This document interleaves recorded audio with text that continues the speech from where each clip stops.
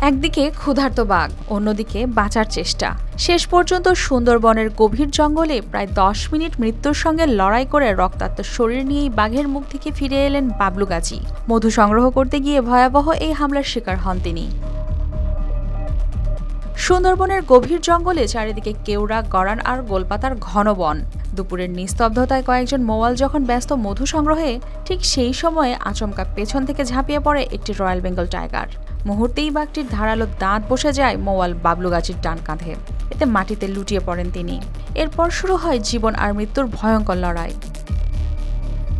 72 ঘন্টা moisture lock সমৃদ্ধ lily body wash, শিয়া বাটারের goodness skin repair করে রাখে সফট ও গ্লোয়িং। ঘটনাটি ঘটে গত 10 মে পশ্চিম সুন্দরবনের সাতক্ষীরা রেঞ্জে। স্থানীয়দের মতে প্রায় 10 মিনিট বাঘের সাথে লড়াইয়ে এক পর্যায়ে কৌশলে নিজেকে ছাড়িয়ে নিতে সক্ষম হন তিনি। পরে তার সঙ্গীরা গুরুতর আহত অবস্থায় উদ্ধার করে নিয়ে যান হাসপাতালে। সেখানকার অর্থোপেডিক্স ওয়ার্ডের চিকিৎসক জানিয়েছেন, বাঘের কামড়ে তার ডান কাঁধের দুটি হাড় ভেঙে গেছে।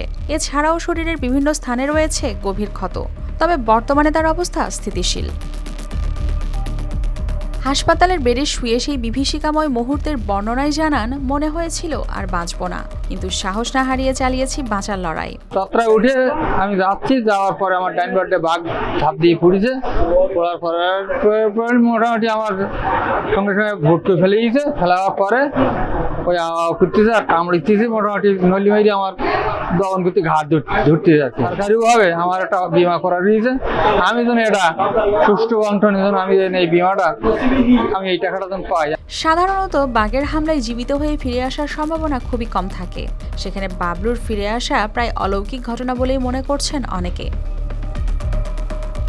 News desk, RTV।